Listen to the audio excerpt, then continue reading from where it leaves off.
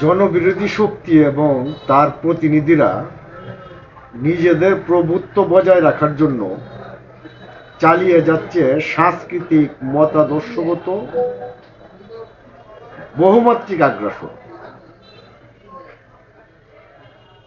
তাদের যারা এই কাজটা করছে তাদেরকে আমরা কালচারাল ঠগ নামে বা কালচারাল টাউট নামে আখ্যায়িত করতে পারি।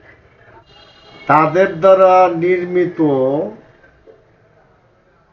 এদেশে প্রচলিত সংস্কৃতিতে সাম্রাজ্যবাদী পুঁজিবাদী চিন্তা এবং সামন্তবাদী ভাবধারা সেইগুলি হাত ধরাধরি করে চলছে। আমাদের দেশের সংস্কৃতি কর্মীদের মধ্যে এ সম্পর্কিত স্পষ্ট ধারণা না থাকায় আমাদের শিল্প এবং সাহিত্যে এই বিষয়টা ব্যাপকভাবে প্রভাব বিস্তার করছে। যে বিষয়গুলি প্রভাব বিস্তার করছে সেইগুলি হচ্ছে বিভিন্ন ধরনের পশ্চিমা আচার অনুষ্ঠান, কালচার, পোশাক, উগ্রতা, যৌনতা, নগ্নবাদ, মাদকাসক্তি, উচ্ছৃঙ্খল আচরণ, অশ্লীলতা, নারীবাদ, গোষ্ঠীবাদ, আঞ্চলিকতা, ব্যক্তিস্বার্থ, আত্মমুখী ভাবনা, ভোগ সর্বস্বতা ইত্যাদি ভাবধারা আমাদের সংস্কৃতিতে ব্যাপকভাবে প্রভাব বিস্তার করছে।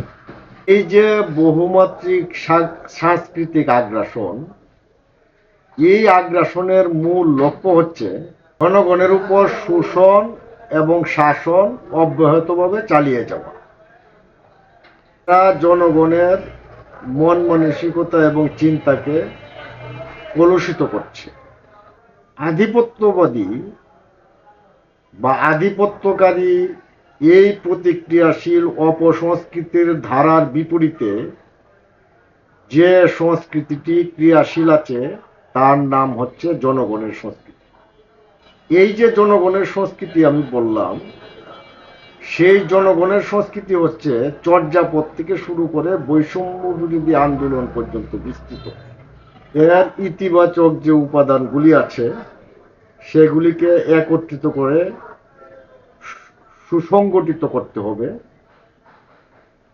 এবং সুপরিকল্পিতভাবে গড়ে তুলে সৃজনশীলভাবে অগ্রসর করে সমাজের বৈপ্লবিক রূপান্তরের লক্ষ্যে সমন্বিত করা আমাদের প্রতিটি সংস্কৃতি কর্মীর দায়িত্ব।